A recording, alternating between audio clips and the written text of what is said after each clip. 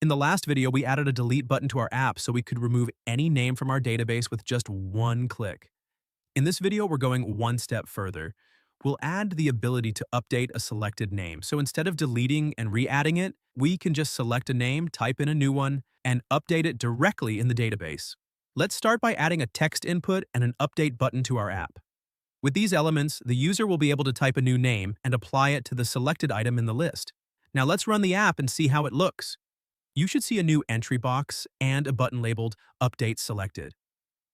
Next, we'll create a function that handles the update logic.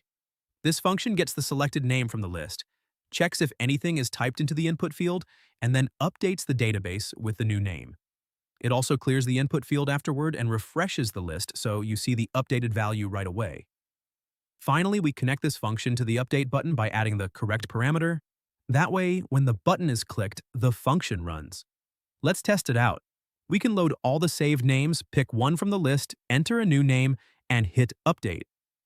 Just like that, the name is changed in both the interface and the database. And of course, the delete function still works too. So now you can fully manage the names in your app. In the next one, we'll keep building and add even more functionality. See you there.